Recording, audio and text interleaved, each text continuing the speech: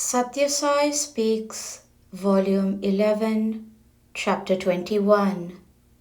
Good and Bad. The body is the temple where God dwells within and is installed in the heart. But it is not enough if you go on repeating this very pleasing axiom and pretend that you have joined the ranks of the good. To make that statement is a great responsibility, for you must behave every moment as if you are aware of the God within. The priest in the temple first cleans the altar, then he scrubs and polishes the vessels used for worship, and then he pours sanctified water and chants mantras in order to cleanse the idol. And finally, he offers adoration through flowers and fragrance, reciting the meaningful names of God. You also have to cleanse the senses, the instruments of action and knowledge, and remove all the blemishes of bad habits, bad tendencies, feelings, and thoughts. Render yourselves pure, steady, and unselfish. Only then can you deserve the chance of worshipping the God within. Until then, the temple will be a ruin, infested with bats that revel in the darkness.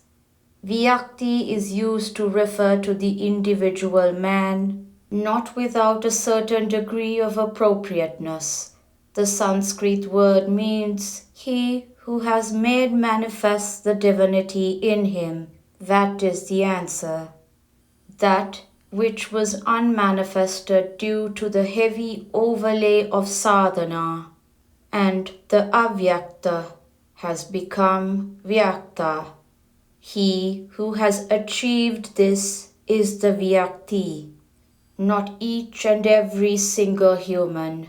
Keep the mirror of the heart untainted by karma, desire, and its chief attendant, krodha, anger. Then the God within clearly shines therein.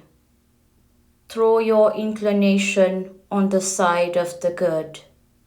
As soon as you rise from bed in the morning, examine for a few moments your thoughts, plans, habits, and attitudes to others which are about to pounce on you and decide the shape of things to come throughout the day. Identify in the motley crowd the vicious, the wicked, the evil, the harmful, the one that are born in anger, that breed on greed, and assert that you are not willing to be led by them. Throw your inclination on the side of the good, the constructive, to renounce and rise up a purer, stronger, and happier man than when you went to bed. That is the real sadhana, not simply spending a few minutes watching your breath or wandering homeless and living on alms.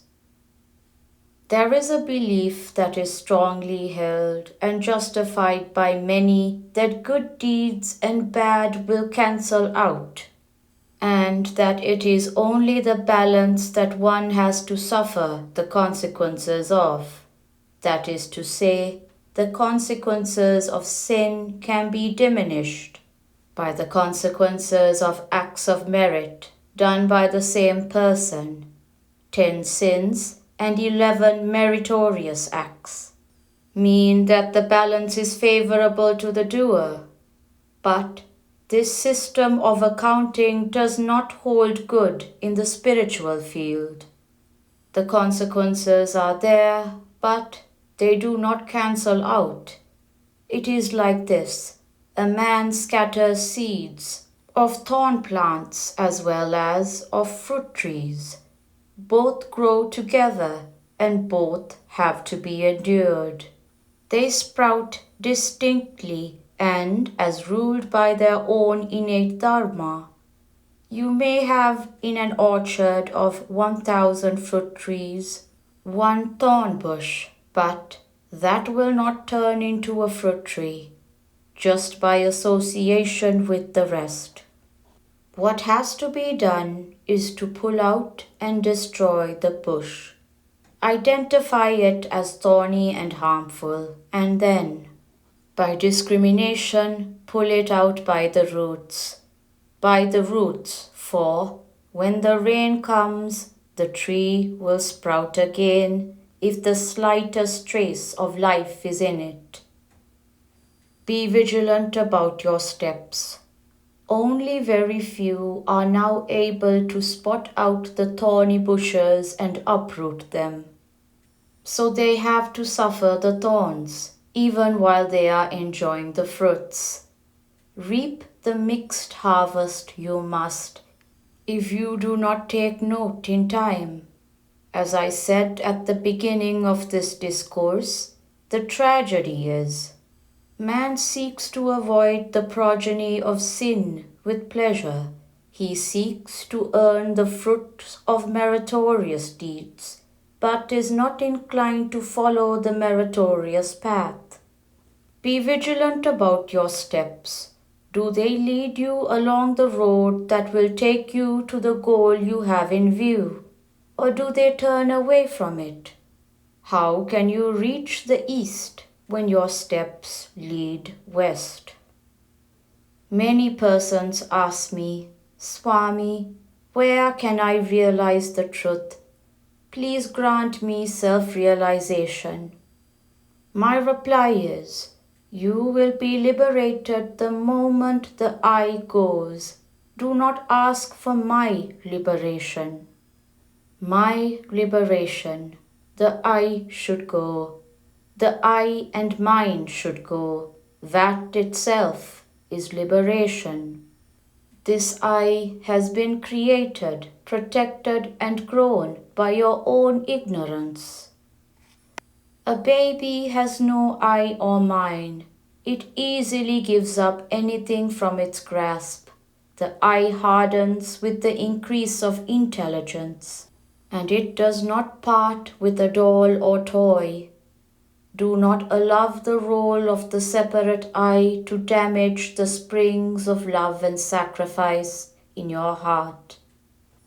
In order to escape the nefarious influence of this ego, cleanse the heart with constant contemplation of God, His glory, His leelas, His beauty, His amazing attributes.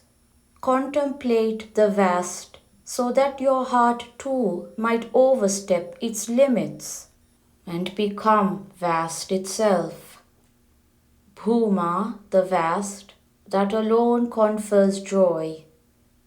Another directive I give is, be more concerned with your own progress, your own correction, than with the good and evil of others. There is time enough to worry about the good of others after you have become good yourself. But try as far as you can to give ananda, happiness, to others. Desist from causing pain to others. The way to realize the unity of all. You must feel the pain of others as your own. You must feel happy when others are happy. That is the way to realize the unity of all. Above all, be vigilant, for the fruits of sadhana may be destroyed by negligence. When the rain comes, the earth is again green, for the seeds of grass are underground, though you thought the land was dry and fallow.